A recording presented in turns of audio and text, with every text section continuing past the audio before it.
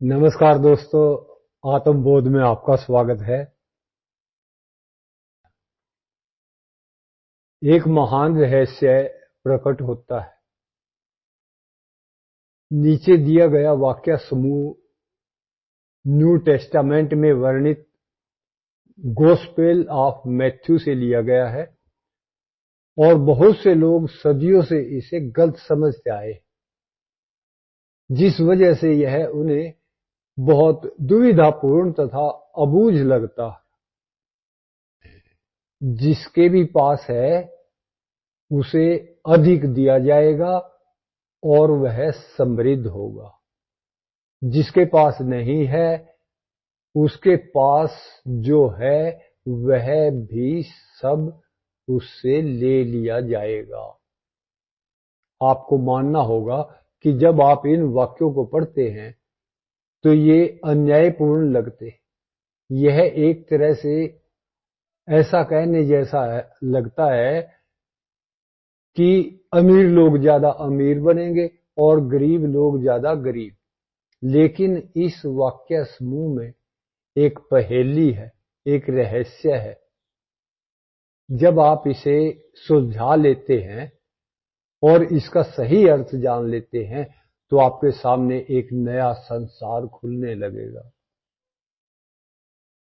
इस गुत्थी का जवाब सदियों तक बहुत से लोगों के लिए अबूझ रहा और इसका जवाब एक शब्द में ही छिपा हुआ है और वो है कृतज्ञता। जिसके भी पास कृतज्ञता है उसे अधिक दिया जाएगा और वह समृद्ध होगा। जिसके पास कृतज्ञता नहीं है उसके पास जो है वह सब भी उससे ले लिया जाएगा। छिपे हुए शब्द को उजागर करते ही जटिल वाक्य समूह आईने की तरह से एकदम से साफ हो जाता है। जब ये शब्द लिखे गए थे तब से 2000 साल का समय बीत चुका है, लेकिन ये आज भी उतने ही सच हैं जितने कि वे तब थे।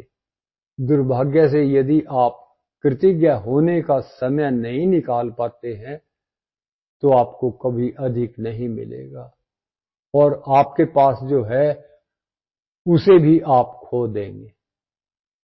कृतज्ञ होने पर जो जादू हो सकता है उसका वादा इन शब्दों में है।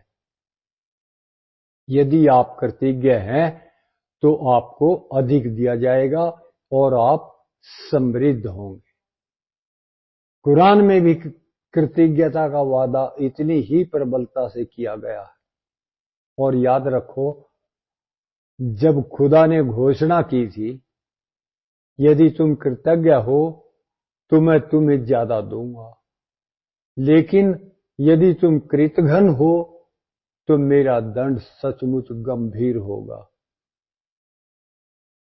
इससे कोई फर्क नहीं पड़ता कि आप किस धर्म के अनुयायी हैं या आप धार्मिक हैं या नहीं हैं। पवित्र बाइबल और कुरान के ये शब्द आप पर और आपके जीवन पर हमेशा लागू होते हैं। ये विज्ञान और सृष्टि के एक मूलभूत नियम को बता रहे हैं। आपने मेरी बात बड़े ध्यान से सुनी जी। बहुत बहुत शुक्रिया जी, बहुत बहुत धन्यवाद।